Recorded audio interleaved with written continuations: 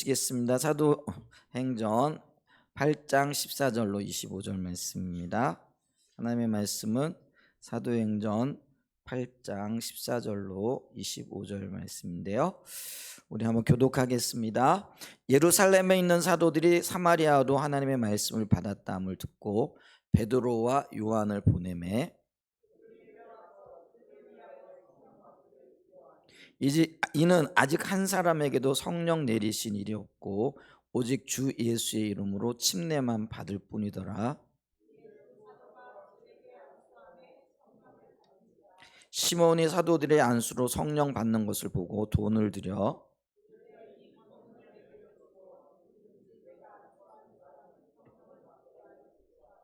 베드로가 이르되 내가 하나님의 선물을 돈 주고 살 줄로 생각하였으니 내 은과 내가 함께 망할지어다.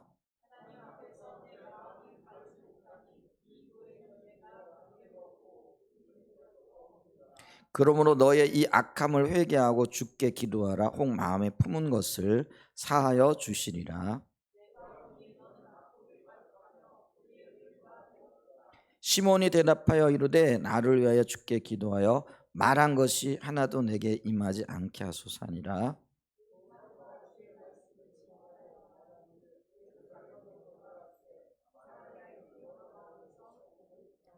아멘. 주일날 아침에 우리는 사도행전 말씀을 쭉 살펴오고 있죠. 지금 8장 말씀에 머물러 있는데요.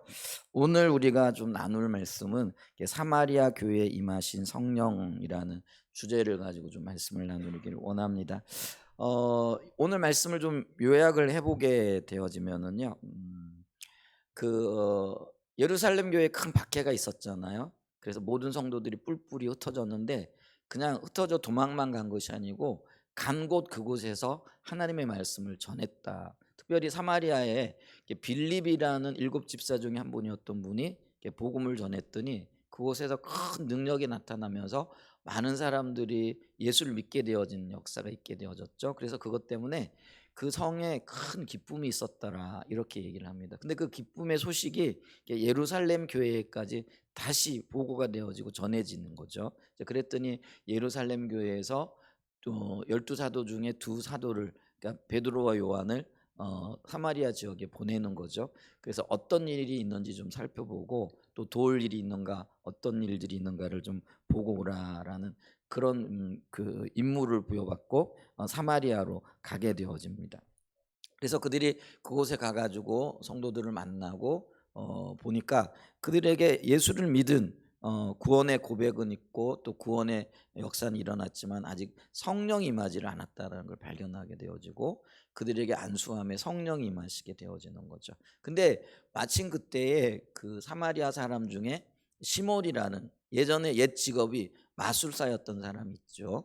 근데 그 사람도 복음을 받고 회개하고 예수를 믿었는데 이 그 빌립이 행했던 그 놀라운 기적 혹은 또 사도들이 와가지고 안수하여 기도하는데 놀라운 일이 있는 거예요. 성령이 임하시고 그 성령이 이제 외적인 기름 부음과도 연관이 되어지는 부분이 있죠. 그랬더니 놀라운 하나님의 역사가 나타나는 걸 보고 뭐라고 얘기를 하느냐면은 돈을 보따리째로 들고 와가지고 그거를 두 사도 앞에 내려놓고 나도 당신들이 가지고 있는 그 능력, 그러니까 성령이 임하게 하는 그 능력, 그거를 좀 나눠주세요. 나를 위하여 기도해 주셔서 그 능력을 가질 수 있도록 해주세요.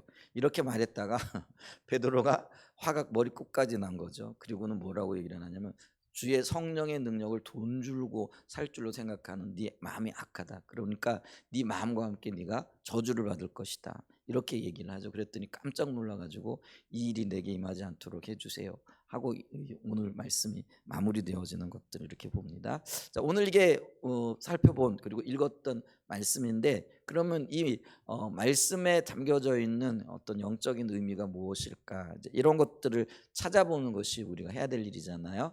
그래서 이 말씀을 토대로 해서 이 사건 속에서 하나님께서 우리에게 주시고자 하시는 혹은 이런 어떤 행동들 속에 나타나 있는 숨겨진 의미들이 무엇인가, 이런 것들을 좀 살펴보는 시간이 되었으면 참 좋겠습니다. 가장 먼저는요, 자, 예루살렘 교회에서 베드로와 요한을 사마리아 교회에 파송한 그 파송의 의미가 뭐냐라는 것이죠. 자, 14절에 보게 되어지면은 예루살렘에 있는 사도들이 사마리아도 하나님의 말씀을 받았다함을 듣고 베드로와 요한을 보내매, 이렇게 이야기를 하고 있잖아요.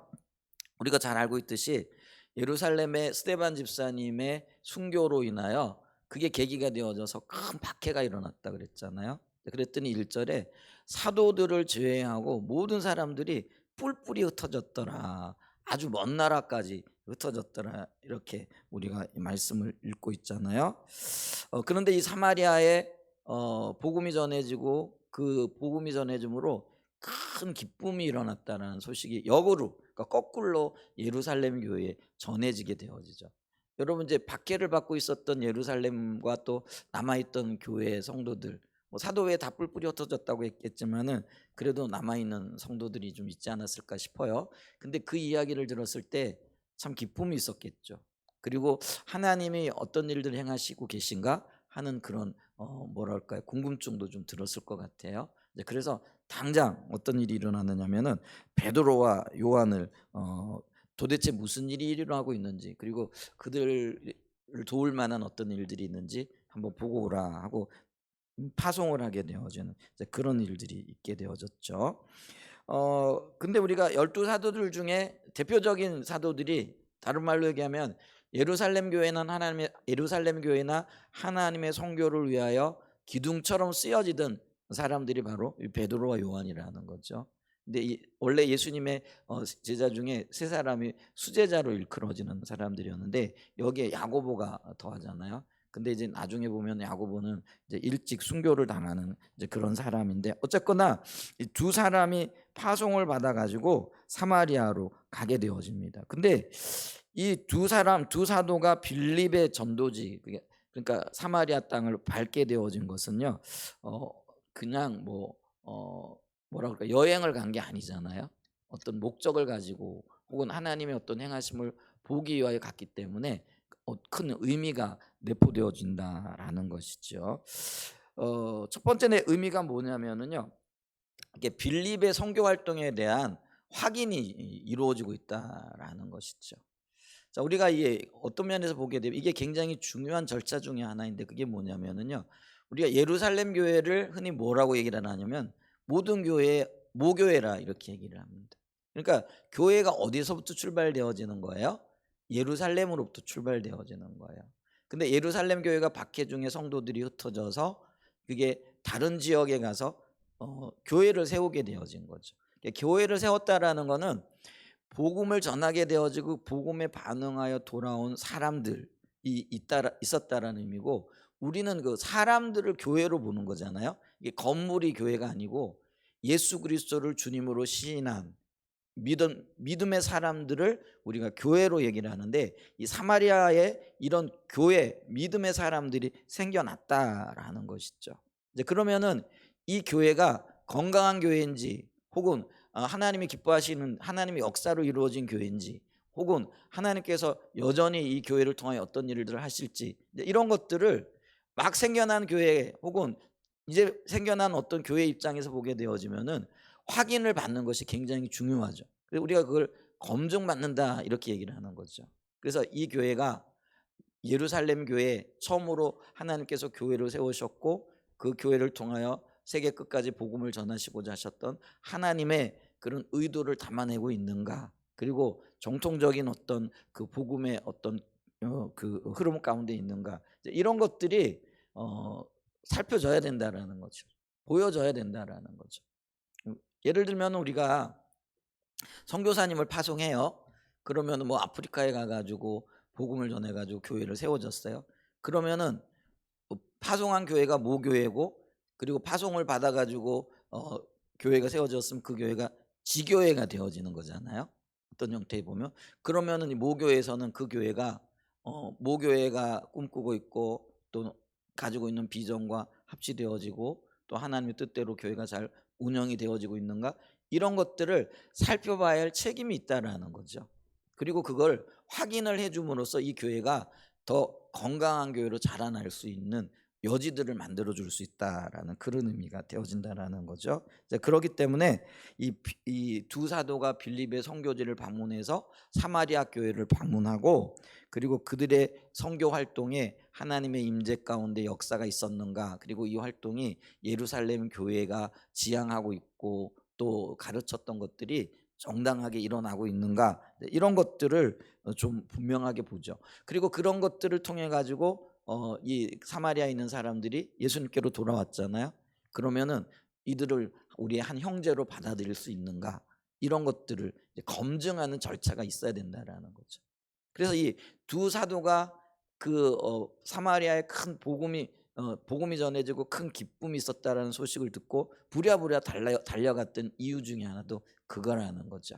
그래서 이 사마리아 교회는 예루살렘 교회와 동일한 복음의 성격을 가지고 한 마음을 가지고 한 뜻으로 하나님 뜻을 이루어가고 있는 교회다. 이걸 이제 모교회인 예루살렘 교회가 인정을 해주게 되어지면은 교회 사마리아 교회 입장에서도 큰 힘을 얻게 되어지는 이제 그런 의미가 있다라는 거죠. 그래서 이제 이 사마리아 교회 성도들도 이제는 예수 안에서 한 형제로서 또 한 교회 성도로서 인정이 되어지는 이제 그런 확인 절차를 거치고 있다라는 것이죠.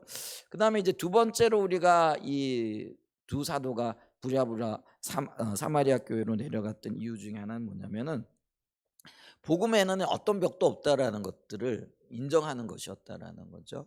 그러니까 유대교의 큰 단점 중에 하나가 뭐냐면은요, 이 유대인들은요 자기들만이 선민이라고 생각을 했죠. 이제 그래서 그들은요 다른 나라, 특별히 이방인들에게 하나님을 전한다든지 이런 일을 안 했어요. 왜냐하면 그들은요 뭐 복음을 받아들인다 혹은 뭐 유대인들은 예수를 믿는 존재들은 아니지만은 하나님의 존재에 대해서 그들이 뭐라 그럴까, 돌이키고 회개하고 하나님을 믿는 민족이 되어지는 것들에 대해서 그렇게 뭐라 그럴까요, 적극적이지 않았어요.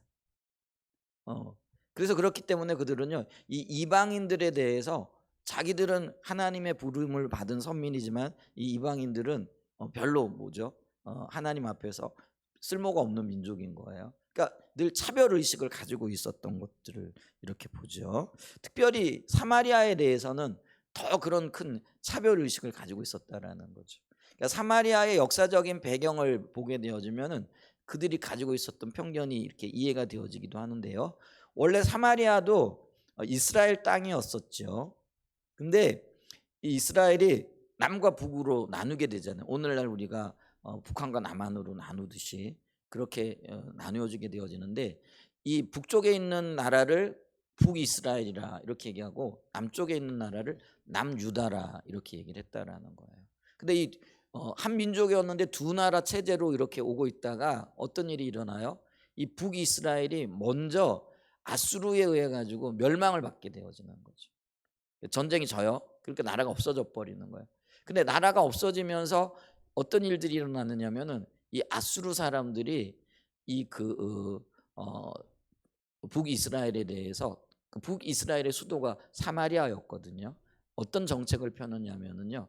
그러니까 민족 융합 정책을 펼쳐 버려요. 근데 그 민족 융합 정책이라는 게 뭐냐면은요, 피를 섞는 거예요. 그러니까 다른 말로 얘기하면은 아수르 사람들을 대규모로 사마리아에 이주시키고, 그리고 사마리아 사람들을 또 대규모로 아수르 다른 지역으로 이렇게 이주를 시키는 거예요. 그러면 이게 시간이 지나고 세월이 지나다 보면 어떻게 되어져요? 거기에 함께 살던 사람들이 결혼을 하게 되어지고 뭐 이런 일들이 생겨나면서 이제는 뭐 그게 10년, 20년, 30년, 40년이 지나게 되어지면은 민족의 정체성이 없어져 버리는 거예요.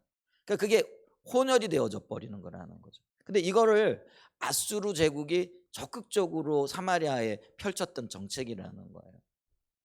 근데 이제 이거를 가만히 이제 남유다 사람들이 보게 되어졌을 때는 이게 사마리아에 살고 있던 사람들이 어떤 사람으로 보여지는 거예요? 이게 혼혈이 되어져 버린 거죠.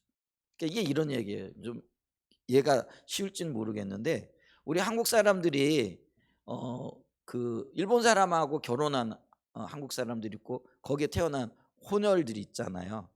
그러면 이제 한국 사람들 입장에서는 그 한국인과 일본인 사이에 태어난 사람들이 반가울까요, 안 반가울까요? 곱게 보일까요? 안 곱게 보일까요? 그러니까 요즘에는요 그런 개념이 많이 없어졌어요. 왜냐하면 국제 결혼이라든지 이런 것들이 막 성행하고 일어나기 때문에 그렇긴 해요.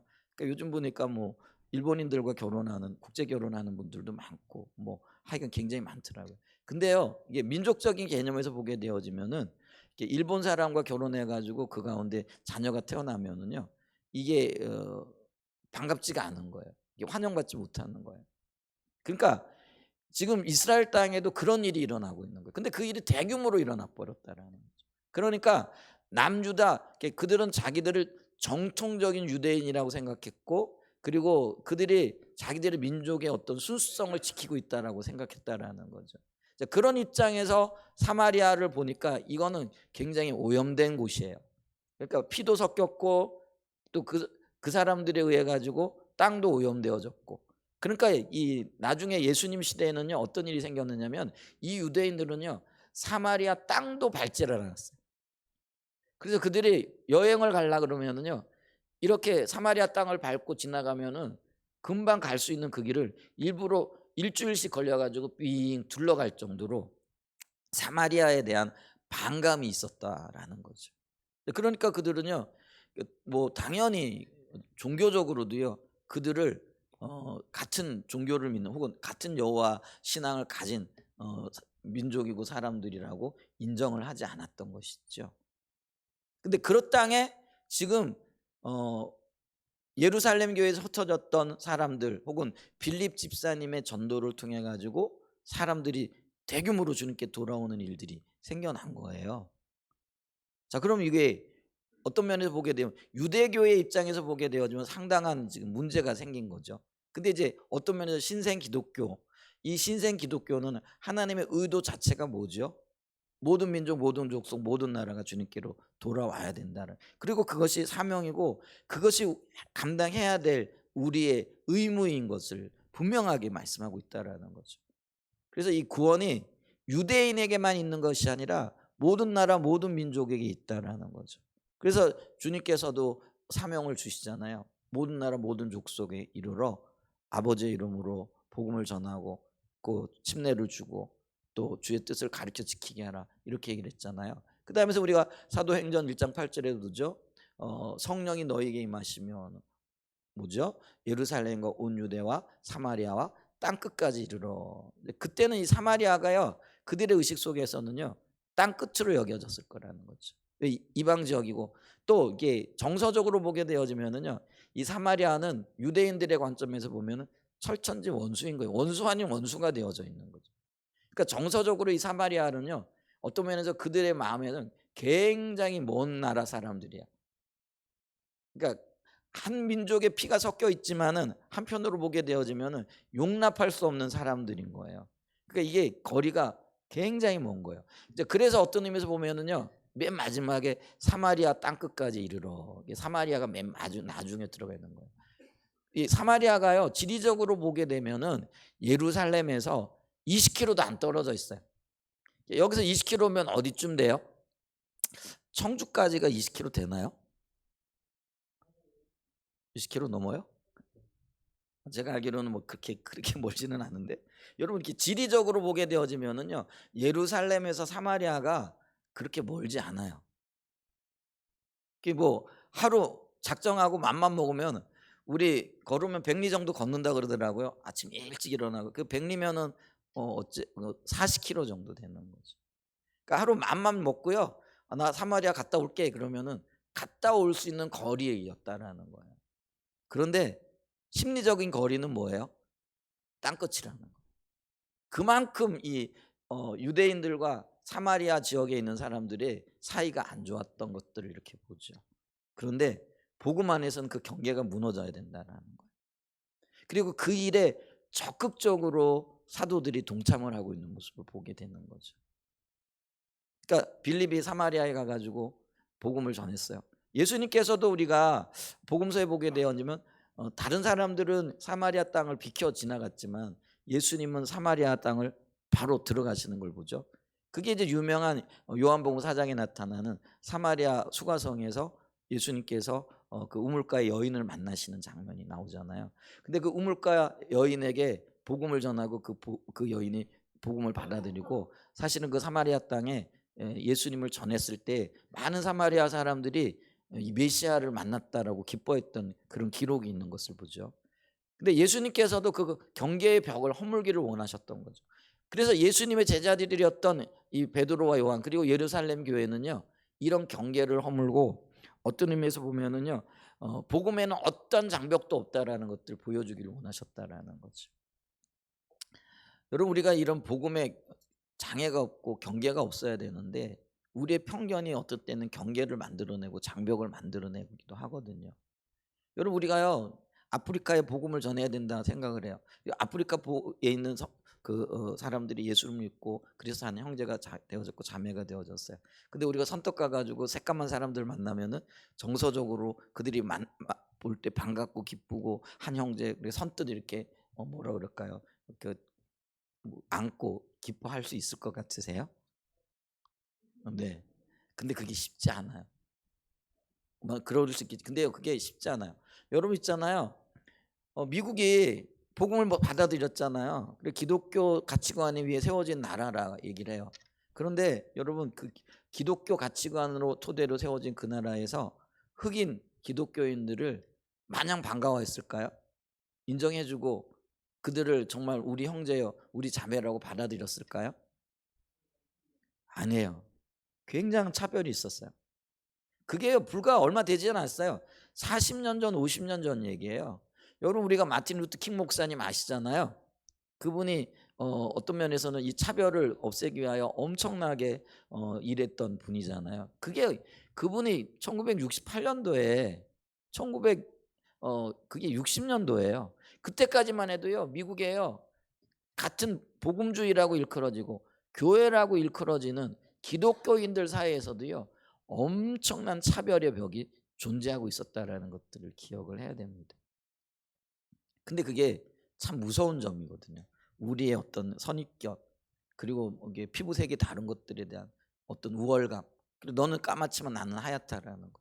그러니까 거기 뭐예요? 우월감을 갖는 거죠. 그리고 우리는 잘 산다라는 거예요. 너희는 못 산다라는 거예요. 여러분 이런 편견들이 나도 모르게 존재하고 있는 거예요.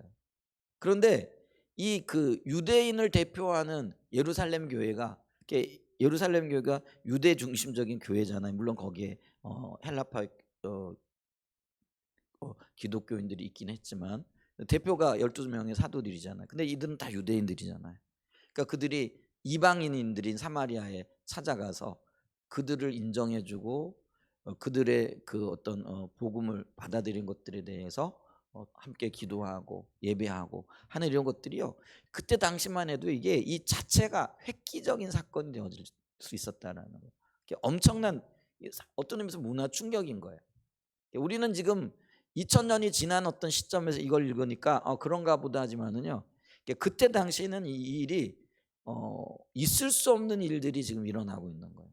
그러니까 기적과 같은 사건들이 일어나고 있는 일들이라는 것들을 우리가 기억해 줘야 된다라는 거죠. 그러면서 우리가 이 두 사도들을 통해서 유대인들에 의해 경멸받고 있었던 이방인 특별히 사마리아인에 대한 편견의 벽을 허물고 그것이 모든 사람들에게 기쁨이 되어지는 그래서 진정한 복음의 어떤 실천 현장을 우리가 이 말씀을 보면서 보게 된다는 거죠. 그래서 별것 아닌 것 같은 사건처럼 오늘날에 느껴지지만 그러나 여기에는 엄청난 장벽이 허물어지는 그런 역사적인 의미가 있는 사건이 되어졌다라는 것들을 우리가 볼 수 있다는 거죠. 자, 그래서 예루살렘 교회에서 베드로와 요한을 사마리아에 파송한 이 사건은요, 엄청난 의미를 가지고 있는 중요한 사건이 되어졌고 교회사적으로도 굉장히 중요한 의미가 있다라는 거죠. 그 다음에 이제 두 번째 그럼 사마리아에서 이 두 사도가 어떤 일을 했느냐 그래 두 사도가 한 사역이 뭐냐라는 거죠. 한마디로 얘기하면 안수하고 그들에게 성령 받기를 위하여 기도했더니 그들에게 성령이 임하는 일이 있었다라는 그러니까 그들이 가서 기도할 때 그들 가운데 성령이 임하는 사건이 있었다라는 이게 이들이 행한 사역이었다라는 거죠. 자 15절 보세요. 자 그들이 내려가서 그들을 위하여 성령 받기를 기도하더니 왜 성령 받기를 기도했느냐면은요. 이 사마리아 교회는요. 빌립이 전한 복음 빌립이 복음을 전했는데 두 가지를 전했다 이렇게 얘기를 했잖아요. 어떤 거요? 하나님 나라.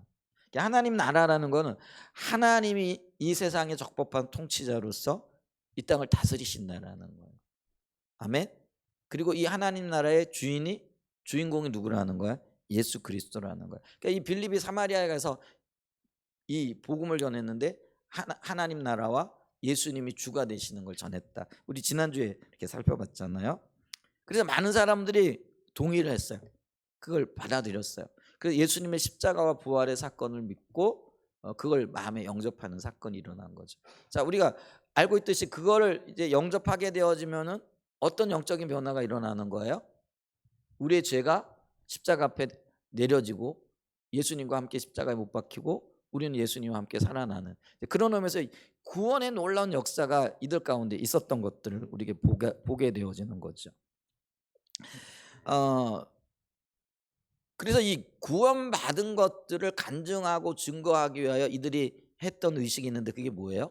이 침례를 받았다라는 거예요. 그래서 이 사마리아 교회 성도들도요 예수를 믿었어요. 복음을 받아들이고 그리고 그 예수 믿는다라는 증거를 사람들에게 증명하고 간증하기 위하여 또 선포하기 위하여 침례를 받게 되어졌던 거죠. 근데 이제 문제는 뭐냐면은요. 침례는 받았는데 구원은 받았는데 성령이 함께 하시는 흔적은 없는 거죠. 이제 이걸 보고 많은 사람들은요. 진정한 구원을 받기 위해는 성령이 임해야 된다. 이제 이렇게 말씀하시는 분들도 계세요. 근데 그거는 성경적으로 옳지 않아요. 구원받은 증거를 성령 체험이다 혹은 성령이 임한 거다. 그래서 성령 체험의 한 증거로 어떤 교단에서는 방언을 받아야 된다 이렇게 강조를 하잖아요. 그래서 방언받지 않았으면 아직 구원받지 못한 거다. 왜? 방언이 성령의 기름 부음과 관련이 있고 그게 성령 체험과 관련되어지는 것인데 그게 없게 되어지면 아직 구원받지 못한 거다. 근데 그게 아니에요. 성경은 분명하게 예수님이 십자가에 못 박히신 그걸 믿고 왜 예수님이 십자가에 못 박혀 죽으셨어요? 내 죄 때문에 못 박혀 죽으셨다라는 거죠. 그래서 그걸 회개하고 예수를 믿게 되어짐으로 예수님이 내 마음속에 들어오는 거죠. 영접이잖아요. 그게 믿음이잖아요. 그러므로 구원받았고 그 구원의 어떤 면에서는 한 그 증거로서 침례를 받으면은 우리 안에 성령님이 계시고 우리는 구원받은 하나님의 백성들이 되어진 게 틀림없는 사실이죠. 그렇기 때문에 이 그 방언을 해야 혹은 뭐 성령의 어떤 침례 혹은 성령의 기름 부음이 있어야 구원을 받았다라고 얘기하는 거는 지나친 얘기예요. 그리고 그건 합당하지 않아요. 성경적인 어떤 의미에서도 그건 합당하지 않다라는 것이죠. 그런데 그러면은 왜 두 사도가 구원받은 그들에게 특별히 오늘 안수라는 어떤 그런 수단을 통해 가지고 그들에게 성령의 임하기를 위해 기도하고 있느냐라는 거. 그리고 그게 그들의 주된 사역이었느냐라는. 이제 그들이 전한 건 복음이 아니었어요. 그들이 한 사역은 빌립처럼 어 하나님 나라를 전하고 그리고 예수가 그리스도라는 걸 전함으로 그들이 예수 믿고 주님께로 돌아오게 하는 그게 아니었어요. 이들이 사역이 그런 사역을 감당했지만 오늘 사마리아 교회에서 했던 주된 사역이 그게 아니었다라는 거예요. 그럼 그들이 했던 주된 사역이 뭐라고요? 손을 얹어 안수함으로 그들에게 성령이 임하기를 위하여 기도하고 있었다라는 것이죠. 그럼 왜 그러면은 이미 예수를 구주로 영접하고 침례를 받은 사마리아 교회 성도들에게 이 성령이 임하기를 위하여 기도했는가라는 거죠. 그 중요한 이유 중에 하나가 뭐냐면은요. 우리가 예수 그리스도를 구주로 고백하고 침례를 받았어요. 근데 그 침례를 받은 내적인 그 구원받은 것들에 대한 내적인 증거 중에 하나가 뭐냐면은요. 성령이 오셔서 뒷받침해 주시는 거라였다는 거죠. 그거를 더 풍성하게 하고 하나님의 역사가 함께하고 있다라는 것을 그들로 하여금 깨닫게 하고 알게 하는 거죠. 그러므로 성령의 기름 부음이 있으므로 능력을 받게 되어지고 그 능력을 받음으로 어떤 면에서 용기를 얻게 되어지는 거고 더 담대하게 나가서 복음을 전하게 되어지는 그런 역사들이 있는 거죠. 그리고 내가 받은 구원이 성령이 임치시고 그걸 확증함을 통해 가지고 분명하구나 하는 그런 어떤 증거들을 더 가지게 되어지는 거잖아요. 여러분 우리가 예수 믿고 구원 받았어요. 근데 어떨 때는 의심이 들어요, 안 들어요? 내가 구원을 받았는지 안 받았는지, 나를 보니 구원을 못 받은 것 같고, 내 삶을 보니 아직 예수님을 못 만난 것 같고, 내가 예수님을 만났다면 이게 이렇게 살아야 되는 게 맞는가, 이런 고민과 갈등이 있을 때 있잖아요. 근데 그때 성령께서 함께 하시고 또 기름 부음으로 임재하시는 가운데 은혜를 부으시고, 때로는 그 하나님의 은혜 가운데 기도 응답에 있고, 이 기도 응답도 성령의 기름 부음 중에 하나잖아요. 어떤 또 능력이 나타나고 또 은사들이 부어지고, 이렇게 되어질 때 주님이 나와 함께 하시구나 하는 그런 거를 더 확인하게 되어지잖아요. 그럴 때 어떻게 되는 거예요? 의심이 사라지고 더 큰 기쁨이 생겨나는 거죠. 주님이 나를 이렇게 사랑하시는구나, 나를 뒷받침하시는구나, 내가 더 분명한 확신 가운데 있어야지, 용기를 내야지, 이런 어떤 그 경험들이 있으시잖아요. 쉽게 얘기하면 그런 얘기를 하는 거예요. 이미 예수 믿고 그들이 예수 믿은 한 표현으로 침례를 받았어요. 근데 그들이 더 분명한 확신 가운데, 그 어두운 세대 가운데에서 그들이 여러분, 지금 우리가 대한민국이라는 나라에 살아가면서 예수 믿고 예수 믿는 사람으로 살아가는 것과요, 사마리아 땅에서 혹은 초대교회 로마라는 어떤 세계적인 그 국가적인 배경을 가지고 살아가고 있던 사람들이 예수가 주라는 사실을 받아들이고 그리고 그것을 평생 동안 확신하며 살아가는 것이요, 그렇게 만만하지 않았다라는 거예요. 뭐 오늘날에도요, 뭐 제가 예수 믿을 때만 해도 그랬어요. 예수 믿는다라는 거, 교회 간다라는 게 참 쉽지 않았어요. 어떤 사람은 교회 간다는 것 때문에 처녀인데도 불구하고요, 아버지가 머리를 다 뽑아버리는 경우도 있었고요, 심지어는 다리 뭉덩이 분질러 버린다라는 이야기도 있었어요. 실제로 그런 일들도 일어났고, 바깥에 외출하지 못하게 하려고 그 다 큰 처녀를 데려다가 머리를 빡빡 깎여버리는 거죠. 이런 일들이 있었어요. 여러분 그게요, 불과 대한민국이라는 나라에 40년 전 30년 전에 실질적으로 있었던 일이죠. 저 같은 경우는요, 예수 믿고 나니까 우상 숭배를 말아요. 그러니까 가만히 보니까 집에서 우상 숭배가 일어나는데 그게 제사더라고요. 여러분 우리가 사람이 죽으면은요, 하나님 품에 안기는 거예요.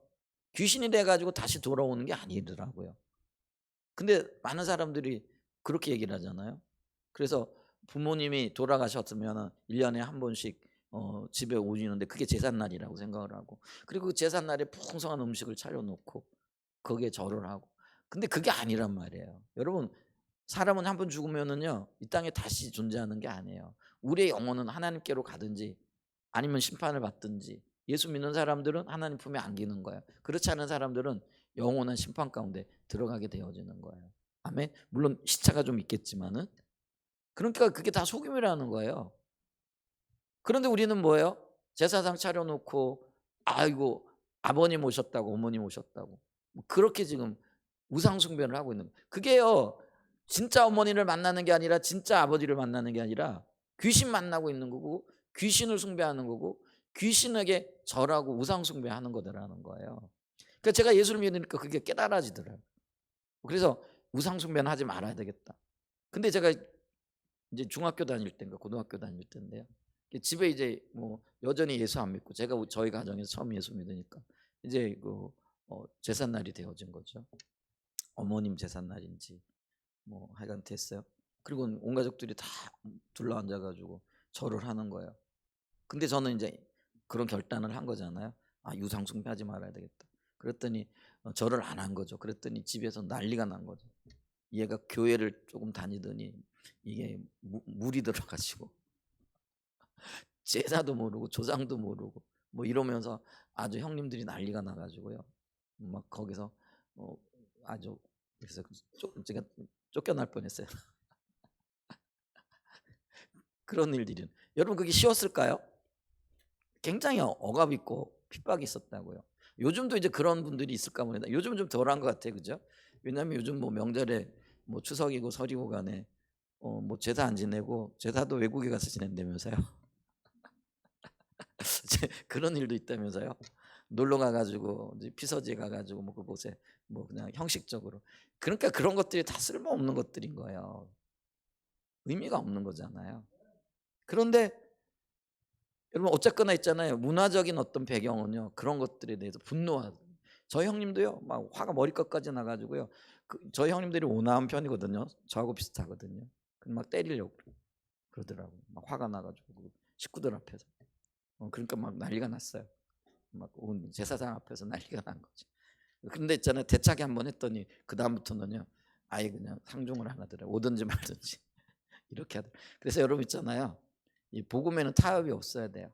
어떨 때는요. 강하게 나가야 될 때가 있어요. 자기 결단을 분명하게 보여야 할 때가 있어요. 이제 그렇지 않으면은요. 끌려가게 되어지는 거죠.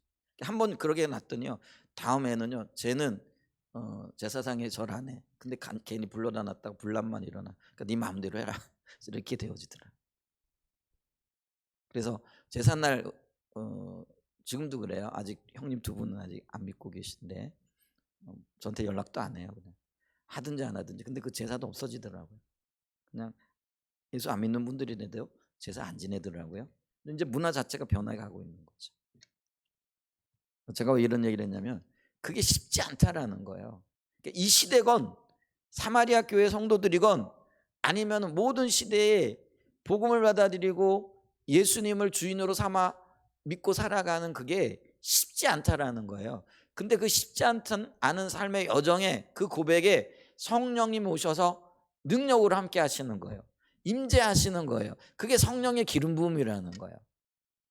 그 성령의 기름 부음이 함께 하실 때 우리는요 모든 악조건 가운데에서도 힘을 얻게 되어지고 하나님 함께 하시는구나 하는 거를 깨닫게 되어진다라는 거예요.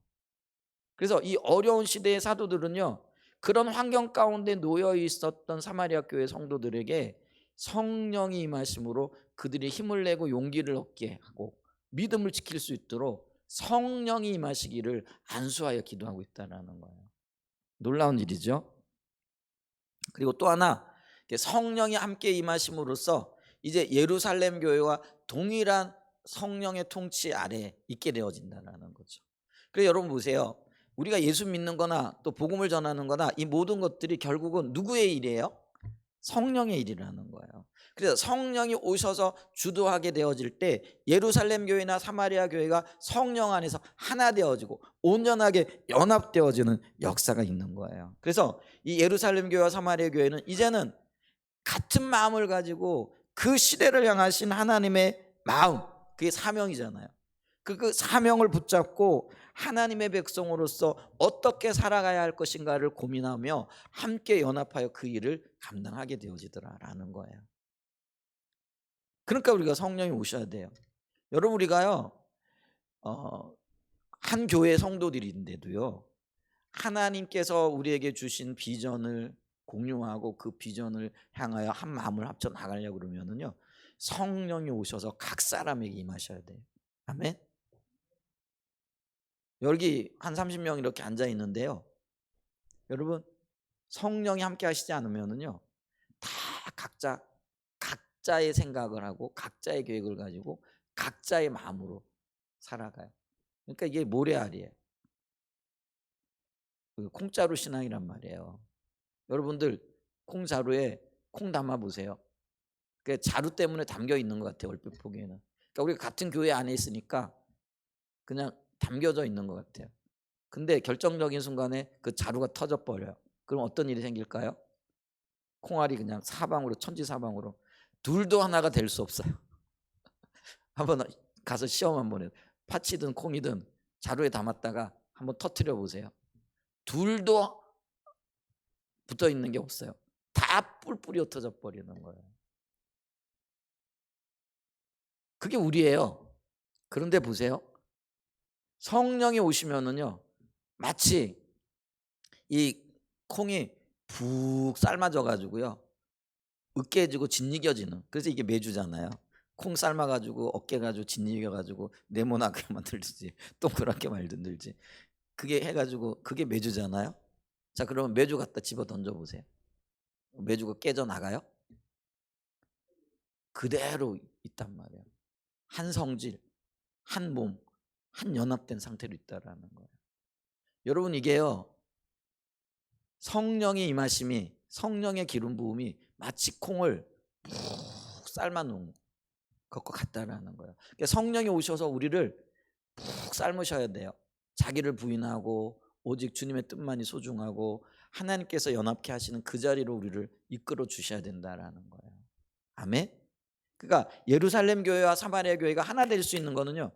이게요. 방법이 없어요. 성령이 오셔서 그걸 삶아 놓아야 된다라는 거예요. 여기 보세요. 사마리아 교회 유대인들이요. 성향 자체가 다르고요. 그들이 수백 년 동안 반목하면서 서로 욕하며 살아왔던 민족이라는 거예요. 그러니까 유대인들은 사마리아 사람들 욕하고 사마리아 사람들은 유대인들이 우리 왜 욕하냐? 니들은 잘난 건 뭐 있냐? 뭐 이러면서 수백 년간을 싸웠다는 앙숙처럼 지내왔다라는 거예요. 그런데 그 앙숙처럼 지내온 예루살렘 교회와 사마리아 교회가 푹 삶아져 가지고 하나 되어져 한 목표를 가지고 한 사명을 가지고 한 하나님의 그 역사하심을 가진 시대적인 사명을 감당하기 위해서는 여기서 절대적인 필요한 게 뭐예요? 성령이라는 거예요. 성령이 오셔서 마치 콩을 푹 삶아 가지고 진 이겨 가지고 메주로 만드듯이 예루살렘 교회도 사마리아 교회도 성령께서 푹 삶아 가지고 자기를 부인하는 사람들 오직 하나님의 뜻만이 소중한 그걸 만들어야 되는 거예요. 여러분 그래서 가정도 하나가 되어지려면은요. 여러분 남편의 생각이 다르고 아내의 생각이 다르죠. 제가 제 아내하고 30년 살았는데 제 아내가 가끔 아직도 모르겠어 그러든 저도 그래요. 아직도 모르겠어요. 그잖아요. 여러분들은 어떠세요? 내 속으로 낳은 내 자식 나를 다 알고 내가 그 자식에 다 알 수 있을까요? 몰라요. 그리고 내가 어쩔 수 없는 게 자식이고 내가 어쩔 수 없는 게 아내고 남편이고 부모고 그래요. 근데 이 부모와 자녀가 부부가 또 하나 되어지려면 어떻게 해야 될까요? 우리에게 절실히 필요한 게 뭘까요? 대답 좀 해주세요. 뭐예요? 성령이 오셔야 돼요. 그러니까 사도들이요. 안수한다는 거는 몸에 손을 얹고 이게 특별한 거예요. 여러분 이 성령이 임하시는 게 여러 가지 루트가 있어요. 오늘 같은 경우에는요. 안수함으로 성령이 임하세요. 근데 이거는 조금 더 어려워요. 왜냐하면 이 안수는요. 한 사람 한 사람 안수하는 걸 얘기하거든요. 그러니까 오늘 이 그 사마리아 교회의 성도들이 그 빌립이 행한 기적이라든가 복음을 듣고 많이 돌아왔겠죠. 그러면 이 두 명이 와가지고 지금 각 사람을 놓고 안수하는데 예를 들면 제가 여러분들 안수한다. 여기 한 30명 계시잖아요. 여러분 30명을 안수할 때 이게 어떤 면은 한나절 걸릴 수도 있어요. 뭐 기도하고 뭐 하고 뭐 이러다 보면은요. 그러니까 이게 쉬운 일이 아니에요. 근데 사마리아 교회 성도들이 지금 30명만 됐겠어요? 근데 각 사람을 지금 안수하여 기도하고 있는 거예요. 이게 굉장한 어떤 수고가 따르는 일들이거든요. 근데 그 수고를 마다하지 않고 지금 성령이 임하시기를 위하여 기도해요. 그랬더니 성령께서 강력하게 임하시죠. 근데 예루살렘 교회는 성령이 임하시는 방식이 달랐어요. 어떨 때 임했어요? 기억나시나요? 그들이 마가의 다락방에서 120명이 어떨 때 성령이 임해요? 전심으로 기도할 때 같이 합심하여 기도할 때 성령이 강력하게 임하는 거예요. 나중에 이제 사도행전에 가게 되어지면 사도행전 10장에 가게 되면은 베드로가 고넬료의 집에 가게 되죠. 근데 그 고넬료의 집에서도 성령이 임하세요. 근데 어떨 때 임하느냐면요. 베드로가 말씀을 조분조분 전할 때 성령이 강하게 임하세요. 그러니까 이 성령이 일하시고 임하시는 방식은요. 그때마다 좀 다를 수가 있어요. 근데 중요한 건 뭐예요? 성령이 오시게 되어지니까 그 120명의 성도들이 뒤집어져요. 그래서 그들이 죽음의 위협을 무릅쓰고 길거리로 나가가지고 외치게 되어지는 거예요. 이 사마리아 교회에 성령이 오시게 되어지니까 예루살렘 교회가 사마리아 교회가 하나 되어지고 같은 목표와 의도를 가지고 나가게 되어지는 거예요. 고넬료의 집에 성령이 임하시니까요. 고넬료의 그 친척들이 많이 와 있었잖아요. 그들이 회개하고 돌이키고 어떻게 살아야 할까 이게 보여지는 거죠. 여러분 그래서 오늘날 우리에게 절실히 필요한 게 뭐예요?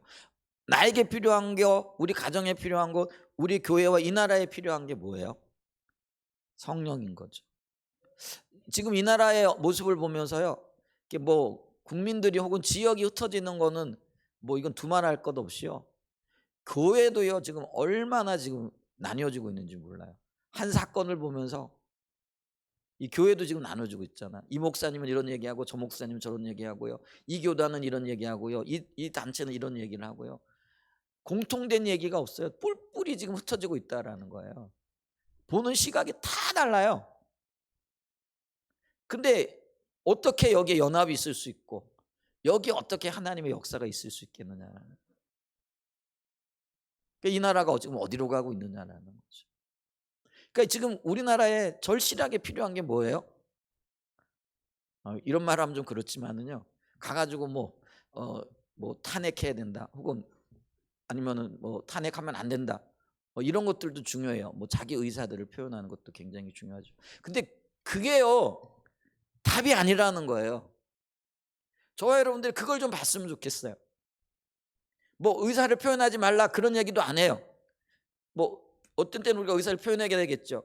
자기 의견도 이야기를 해야 되겠죠. 근데 결국은 우리가 알아야 될 게 있다라는 거예요. 그게 답이 아니더라는 거예요. 정치가 답이에요? 아니면 뭐가 답이에요? 우리는 알고 있잖아요. 그 어떤 것도 답이 될 수 없다라는 거예요. 그럼 유일한 답이 뭐예요? 성령이 오셔서 우리를 통치하셔야 된다라는 거예요. 교회를 통치하셔야 된다라는 거예요. 이 나라를 통치하셔야 된다라는 거예요. 우리 가정을 성령님이 오셔서 통치하셔야 되는 거예요. 우리 교회를 성령님이 오셔서 통치하셔야 돼요. 나를 성령님이 통치하셔야 돼요. 그래야 내가 죽는 거예요. 그럼 자기 주장이 내려지는 거예요. 그리고 거기서 하나가 되어지는 거예요. 여러분 사도들이 왜 이 수고를 하고 있느냐라는 거예요. 이미 그들이 돌이켜 예수 믿었어요. 그들이 예수 믿지 않는 사람들이 아니었다라니까요. 사도들이 그 소식을 듣고 성도들을 만났을 때 이미 그들은 빌립의 전도에 의해 가지고 다 예수 믿는 사람들이었다라는 거예요. 구원받은 사람들이라는 거예요. 근데 그 구원받은 사람들을 위하여 일일이 지금 손을 잡고 안수하고 있다라는 거예요. 17절 보세요.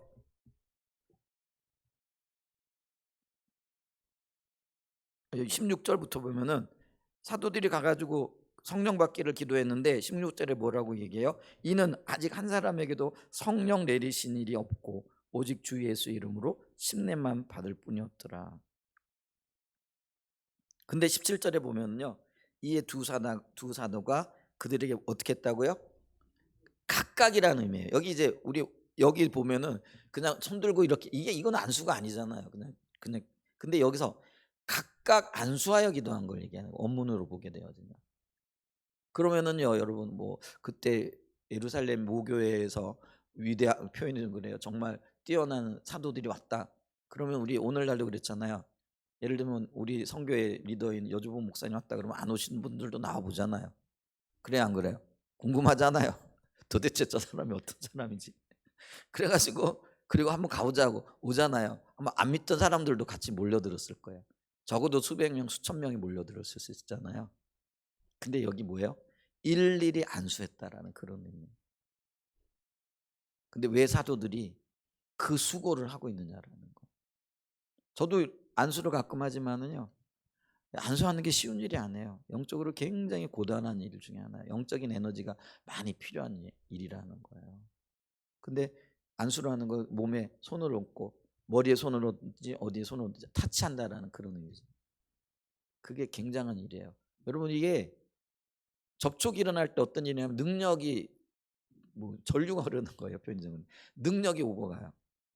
예수님께서도 이렇게 길 가다가 자기 몸에서 능력이 나간 걸 알잖아요. 그래서 내 몸에 누가 손을 댔느냐 이렇게 물어보시잖아요. 그때 12회를 혈루증으로 앓았던 여인이 예수님의 옷가에 손만 대어도 내 병이 나을 줄 그런 믿음이 생긴 거예요. 그래가지고 예수님 옷가에 살짝 손을 얹은 거죠. 근데 예수님은 그때 어떤 일이 일어났다고요?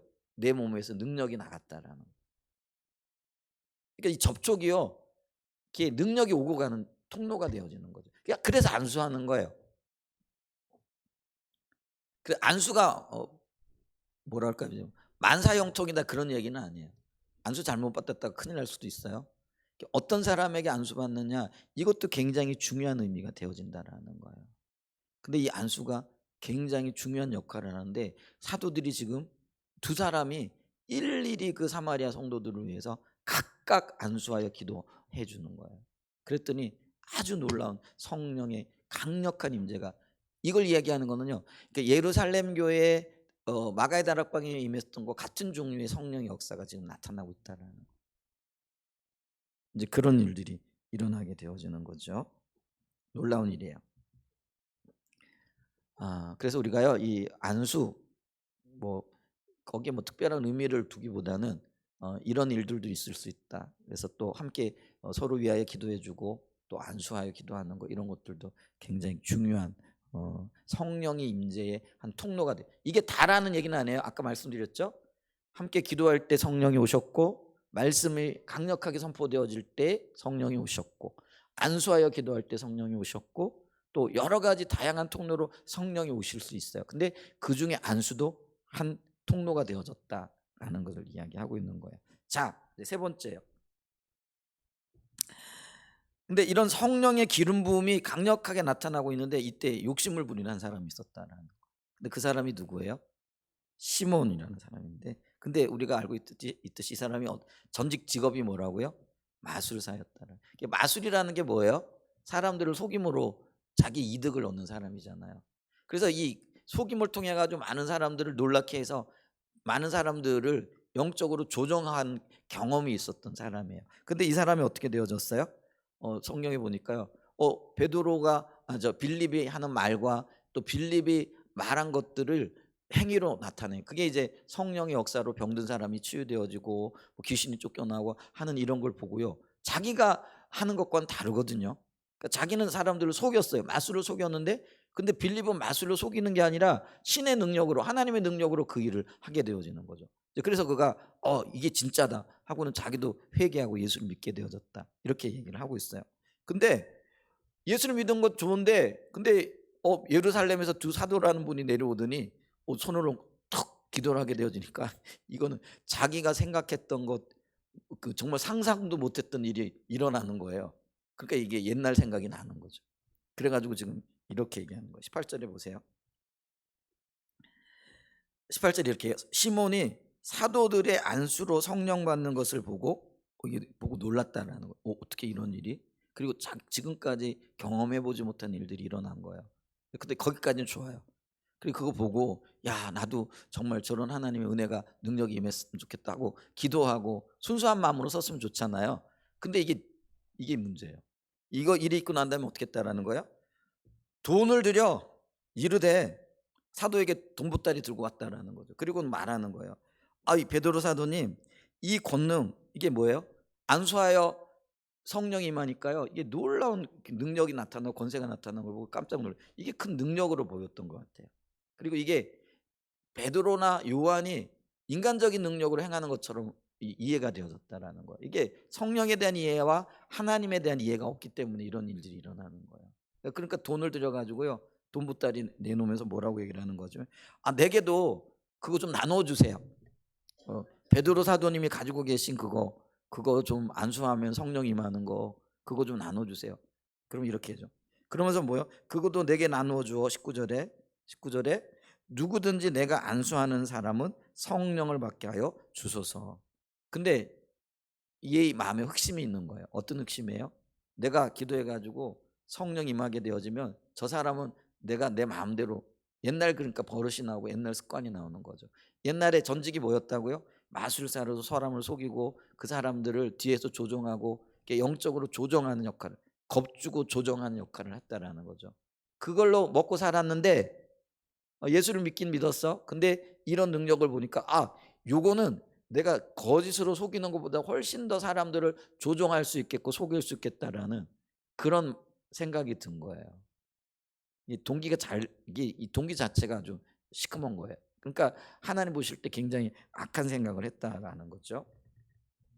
자, 근데 왜 이런 일이 일어났는가 했을 때 우선이 시몬이요, 분명한 어떤 주님을 인격적으로 만나 구원의 그 어떤 체험을 하지 못했다라는 거예요. 자, 우리가 보세요. 성령 강림의 현장, 그러니까 안수받고, 이제 여기 우리가 그걸 기억해야 돼. 안수받은 모든 사람들이 성령이 임했을까요? 대부분이 임했을 거라고 생각을 해요. 근데 바르지 못한 동기가 있는 사람들은 못 받았을 수도 있어요. 그 사람 중에 한 사람이 시몬이에요. 여러분, 시몬이 열정 있는 사람이었겠죠. 그러니까 그걸 보고 자기도 안수를 받았을까요? 안 받았을까요? 안 받았을까요? 정황상으로는 안수를 받았어요. 근데 문제는 이 시몬은 성령의 임재, 성령의 기름 부음을 못 받는 거예요. 만약에 그가 성령의 기름 부음을 받았잖아요. 그러면 이렇게 베드로에게 돈 들고 찾아와 가지고 이 능력을 내게도 달라고 이렇게 얘기하지 않았을 거예요. 성령의 기름 부음이 있고 임재가 있게 되어지면 그가 정말 애통하면서 하나님 앞에 자기 죄를 보고 이런 일들이 있었을 거예요. 근데 희한하게도요, 이 시몬, 그 마술사 시몬은요, 성령의 기름 부음을 못 받았어요. 그 얘기는요, 오늘날도 마찬가지예요. 임재 현장에서 함께 기도하고 또 함께 안수를 받는데요, 어떤 사람은 성령의 임재가 있어요. 근데 어떤 사람은 없어요. 근데 왜 그런지도 모르겠어요. 근데 중요한 게 있어요. 그게 뭐냐면 우리의 마음의 동기와 굉장히 밀접한 관계가 있다는 거. 우리의 태도와 자세와 굉장히 밀접한 관계가 있다는 거예요. 그러니까 우리가 바른 마음의 자세와 태도가 있어야 돼요. 근데 여러분 보세요. 만약에 그런 일이 일어날 때 옆에 사람은 막 성령의 임재 가운데 기뻐하고 즐거워하는데 나는 그렇지 않아. 그러면 성질이 나요.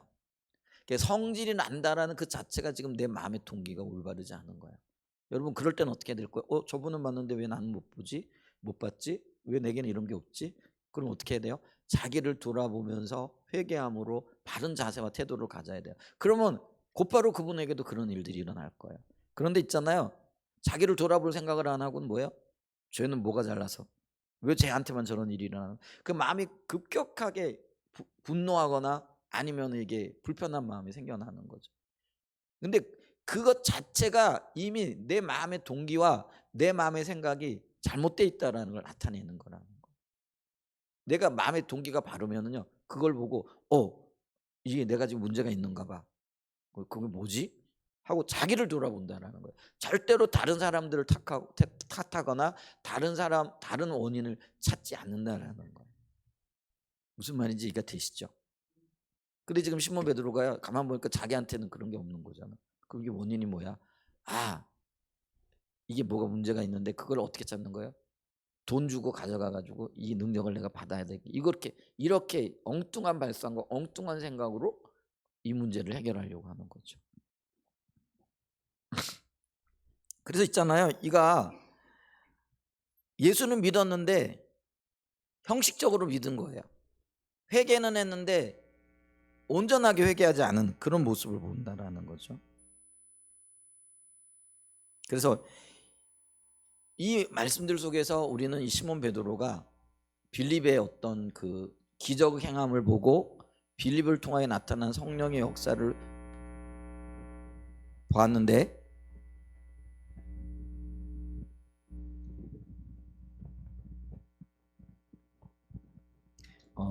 기계가 좀 이상한가 보네요. 자, 보세요. 그래도 이럴 때 우리가 귀를 잘 기울이고 좀 들어보시기 바랍니다. 이런 것들을 봤을 때 이 시몬이 지금 온전한 구원을 받은 상태가 아니라는 것들을, 이런 상황들을 보면서 어느 정도 볼 수 있다라는 거죠. 그랬더니 시몬 베드로가요, 이런 말을 하고 있는 시몬을 향하여 아주 뭐랄까 강력하게 그 회개하라고 촉구하고, 그게 죄라고 촉구하고 있는 모습, 그 책망하고 있는 모습들을 이렇게 보죠. 왜냐하면은 아마 시몬 마술사 시몬은요, 성령 받은 사람들에게서 나타나는 이 신비한 현상들을 보고는요, 이게 마치 그 마술을 전수하듯이 배워서 할 수 있는 것으로 생각을 하고 있었다라는 거예요. 그러니까 이게 돈 주고 내게도 이거 좀 전수해 주세요, 내게도 이렇게 가르쳐 주세요, 여러분 성령의 역사와 성령의 능력이 뭐 전수되듯이, 물론 성령의 역사는요 기름 부음을 통해서 이렇게 나눠지기도 해요. 근데 그게 돈을 주고 살 수 있는 성격은 아니라는 거예요.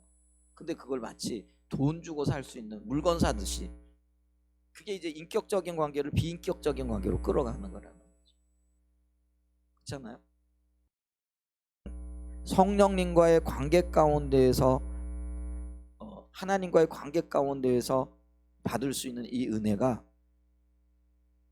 돈을 주고 살 수 있는 인격적인 관계에서 비인격적인 관계로 넘어가는 엄청난 오류를 지금 범하고 있다라는 거죠. 그랬더니 이제 20절 이하에 보세요. 시몬 베드로가 아주 격앙된 태도와 자세를 보이잖아요. 20절 보세요.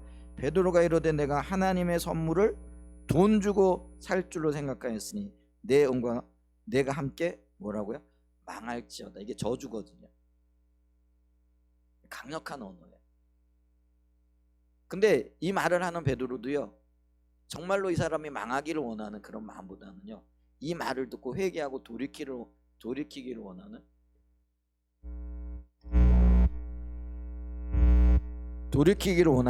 그런 마음이 있었던 것들을 이렇게 보죠. 그래서 21절에 이렇게 얘기를 해요. 하나님 앞에서 내 마음이 바르지 못하니 이 도에는 내가 관계도 없고 분깃될 것도 없느니라. 그러면서 내가 보니 너는 악독이 가득하며 불의에 매인 바 되었도다. 마음 상태가 올바르지 않다라는 것들을 지금 얘기하고 있는 것을 볼 수가 있죠. 자, 그러면은 이 시몬 베드로가 왜 이런 옳지 않은 그런 마음의 태도와 자세를 가지고 있었느냐라고 했을 때에, 이 시몬 베드로는요 어떤 복음의 핵심이나 그 복음으로 인하여 얻게 되어질 기쁨에 초점이 맞춰주기보다는요 빌립을 통해서 나타났던 초자연적인 이적에 온 마음이 뺏겨져 있었다라는 거죠. 자, 13절을 다시 한번 돌아가서 이렇게 보게 되어지면은요 13절을 다시 돌아가서 보게 되어지면은요 이렇게 얘기를 하잖아요. 시몬도 믿고, 요거 좀 꺼주세요.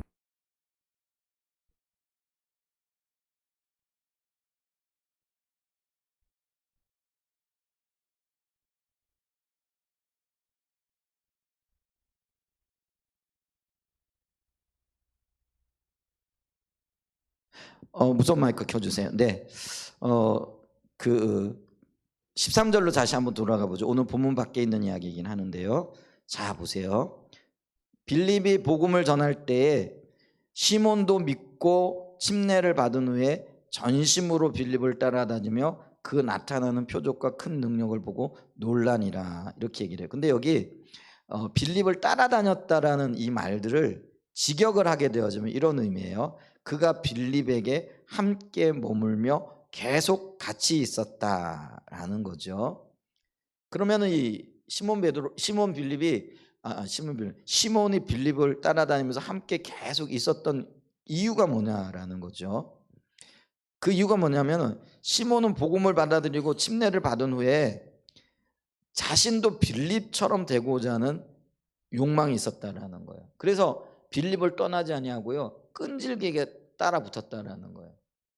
이게 좀 그렇잖아요. 복음에 감격하고 그 복음의 기쁨에 겨워서 그 복음을 전하고자 하는 그 마음으로 따라다니는 게 아니라요, 이 시몬이라는 사람은요 어떤 욕심이 있었다고요? 빌립을 가만히 보니까 기도하는 사람마다 귀신이 쫓겨나고 병자가 치유되어지고 하는, 이게 상상도 못했던, 자기는 그걸 속임수로 행했는데 빌립은 보니까 하나님의 능력으로 그걸 하는데 그걸 보고요 굉장히 놀란 거죠. 그래서 야 나도, 근데 이런 마음이 있어야 돼요, 안 돼요? 저와 여러분들에게도 이런 마음이 있어야 돼요. 그래서 나에게도 성령이 역사하셔서 내 기도를 들으시고 귀신도 쫓겨나고 병자들을 치우고, 이런 마음이 있을 때 우리가 그거를 주님께 구하는 거, 기도로 나가야 될 영역이잖아요. 근데 그거를 이 시몬은요 하나님을 의지하고 하나님께로, 그게 우리에게 임하는 은사가 선물이잖아요. 이게 성령의 기름 부음은 은사잖아요. 그러니까 베드로도 그게 선물이라고 얘기를 해요. 그러니까 하나님이 그 선물은 하나님의 뜻대로 나눠 주시는 거잖아요. 근데 그거를요 잘못된 의도와 잘못된 욕망이 있으니까, 그 잘못된 욕망이 뭐예요? 그 능력을 소유하여서 그 소욕을 그걸 소유물처럼 나눠줌으로써 사람들로부터 주목받고 사람들로부터 칭찬을 받고자 하는 잘못된 동기와 잘못된 의도가 있었다라는 거예요. 근데 이 의도는요, 하나님으로부터 온 게 아니에요. 그게 마귀로부터 온 거라는 거예요.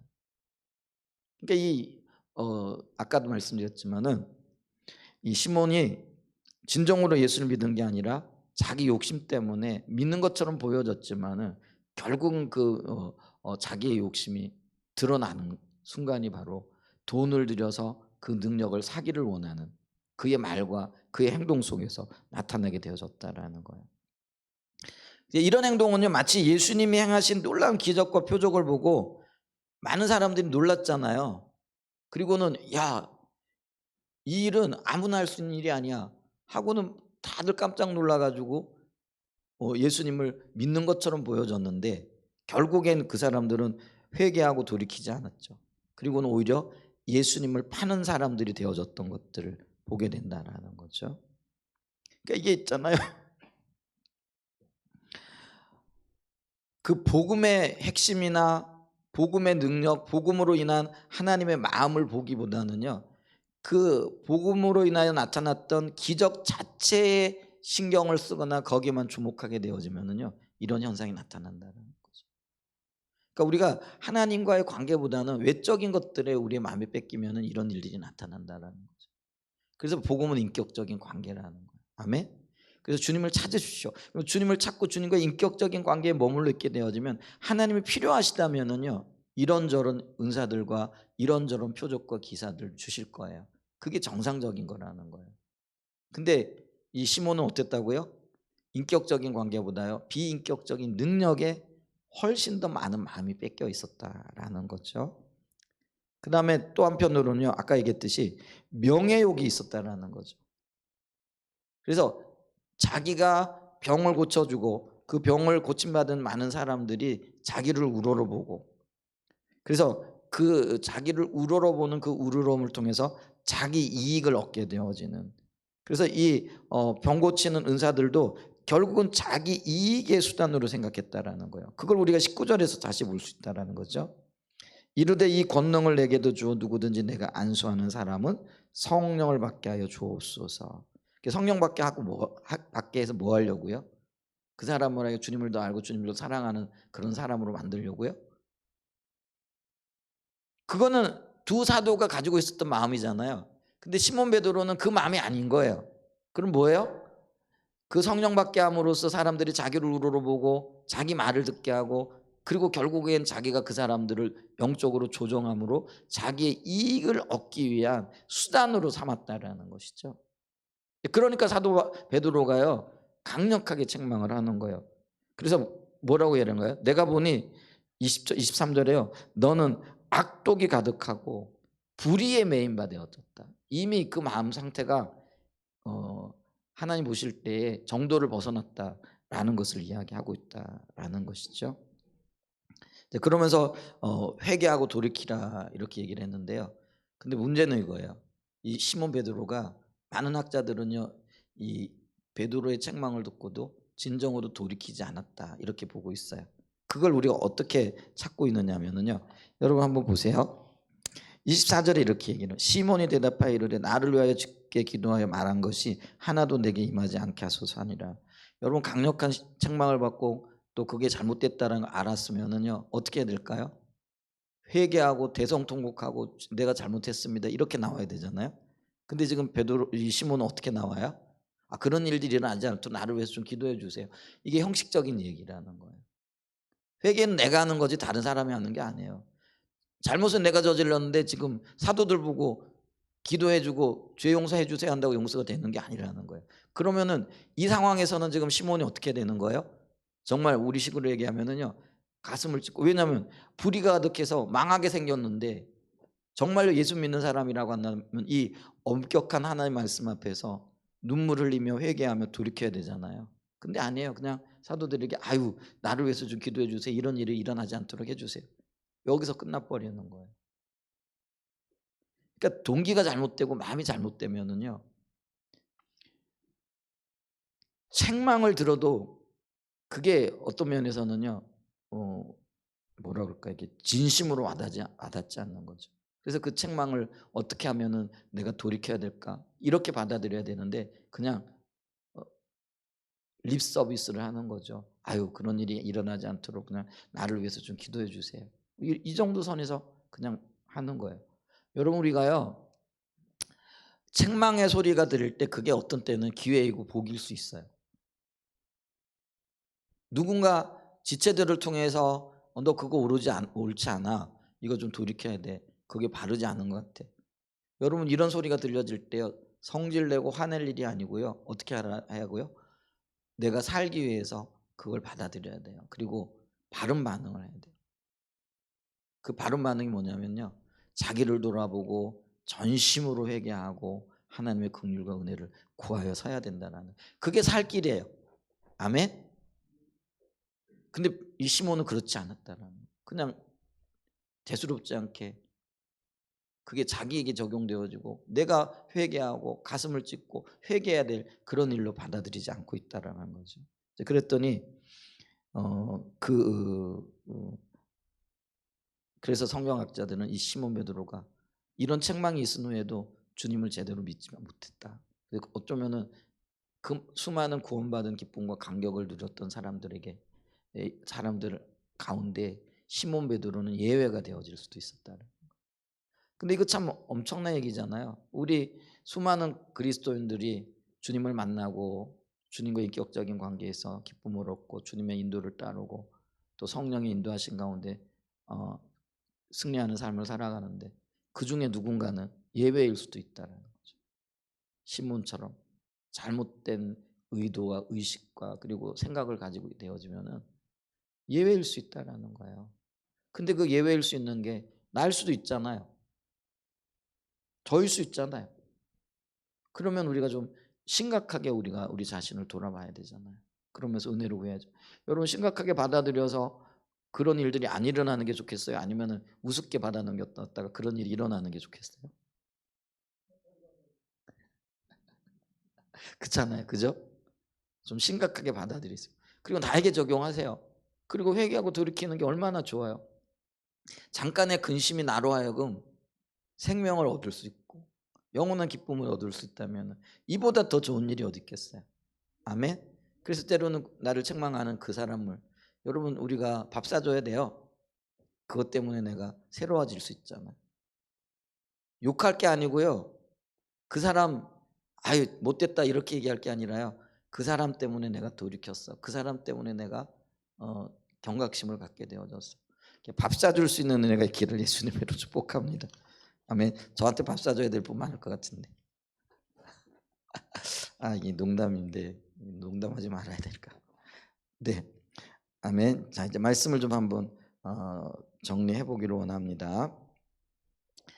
이 말씀의 의미가요 또 다른 의미가 있어요. 그게 뭐냐면 예루살렘 교회는요 외부적인 박해 때문에 교회가 흩어졌잖아요. 근데 이 외부적인 박해는 오히려 박해가 뚜렷하게 보여요. 그래서 우리 정신 차려야지 이렇게 되어지는 거예요. 근데 그것보다 훨씬 위험한 게 있어요. 그게 뭐냐면 교회 내부에서 일어나는 부패. 부패라는 게 만물보다도 심히 부패하고 또 잘못된 것이 우리의 마음이잖아요. 마음에 숨겨진 동기에서부터 일어나는 잘못된 것들이요 교회를 무너뜨릴 수가 있어요. 시몬 베드로가 시몬이 예수 믿었어요. 아마 주변의 사람들도 예수 믿는 사람들로 인정했을 거예요. 그러니까 같이 있었겠죠. 그런데 만약에 그의 숨겨진 동기가 드러나지 있지 않은 상태에서 계속 이게 진행이 되어졌다. 그러면은 이 시몬이요 엄청난 영향력을 사마리아 교회에 미쳤을 거예요. 그리고 그게 뭐가 문제인지도 모르는데 교회는 시들시들 병들어가거나 하나님과의 관계에 문제가 생길 수 있었던 거예요. 그래서 어떤 의미에서는요 하나님께서 의도적으로 이 시몬의 이런 어떤 그 것들을 두 사도를 통해서 드러내시면서 교회 안에 자리 잡을 수 있는 이 탐욕의 문제, 명예의 문제, 마음의 부패의 문제, 아까 얘기했잖아요. 예루살렘 교회는 외부에서 박해가 오는 거는요. 이게 우리가 박해구나. 정신 차려야지. 이게 되는 거예요. 근데 내부에서 일어나는 이런 문제들이죠.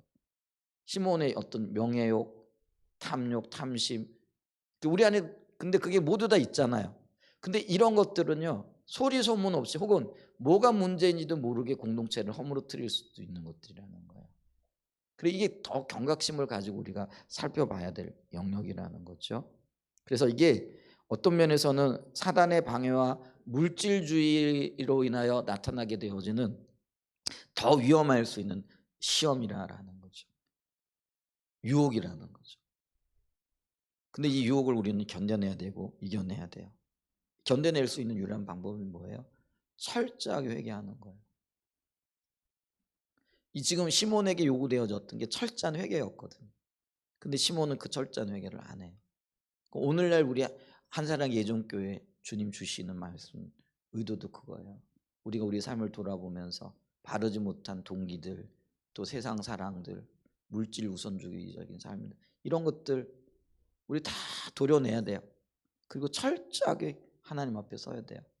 그리고 주님을 구하여 나가야 되는 거죠. 그래서 그 시몬에게도 얘기하잖아요.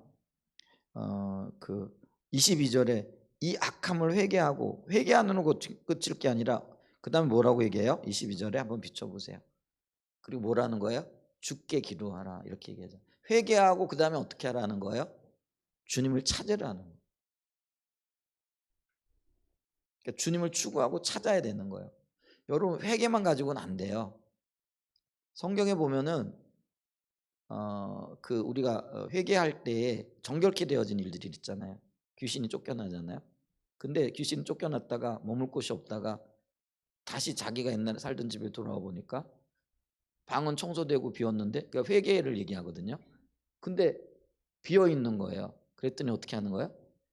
악한 귀신 7을 데리고 와서 사는 거예요. 그랬더니 처음 형편이 나중보다 더 했더라는 거예요. 그게 뭐냐면 회개는 했는데 이 회개한 이 심령에 뭘 채워야 된다는 거예요? 주님을 채워야 되는, 그게 주님을 찾고 구하는 거예요. 여러분 회개하고 주님 찾고 안 구하면은요 그게 더 나빠질 수 있어요. 왠지 아세요? 나 회개했는데 이러면서요 오히려 더 영적인 교만함에 빠지는 거죠. 나 회개했기 때문에 문제가 없어. 그게 아니에요. 회개하고 주님을 안 찾으면은요 우리의 영적인 분별력이 더 심각하게 가려질 수 있다는 것들을 기억해야 됩니다. 그래서 회개하고 주께 기도하라. 회개하고 주님을 더 적극적으로 찾아 나서라는 거예요. 아멘. 그게 지금 필요해요. 그래서 이 짤막한 말씀 속에서 주님께서 우리에게 주시고자 하시는 그런 하나님의 메시지가 여기 있다라는 거죠. 오늘 제가요 이 말씀을 이렇게 읽고 설교하면서 주님께서 우리에게 주시고자 하시는 말씀이 뭐지? 이 사건에 대한 어떤 설명과 의미만 찾는 것 가지고는 그게 설교는 아니잖아요. 그 설교라는 거는 이 말씀을 통해서 하나님께서 지금 오늘 내게 주시고자 하시는 말씀, 여러분에게 주시고자 하시는 말씀이 뭘까? 이걸 찾아내야 된다는 거죠. 그게 여기 지금 오늘 22절에 딱 걸리더라고요. 시몬에게 주시는 말씀에 너의 악함, 그게 뭐예요? 잘못된 동기들, 그거를 회개하라는 거예요.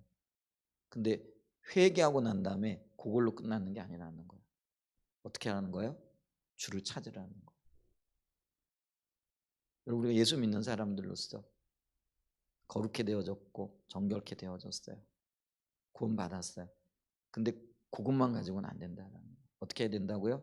저와 여러분들이 적극적으로 주님을 찾아야 돼요. 아멘? 적극적으로 주님을 찾아야 돼요. 그래서 여러분 새벽에 찾으시든지 하루 중에 어떤 그래서 특별하게 주님과 구별되어지는 시간들을 통해서 주님을 적극적으로 찾아 나서심으로써 하나님의 뜻을 이루어가는 그런 귀한 은혜가 있으시기를 예수님의 이름으로 간절히 축복하고 축원드립니다. 아멘. 네, 우리 찬양 한 장 하겠습니다.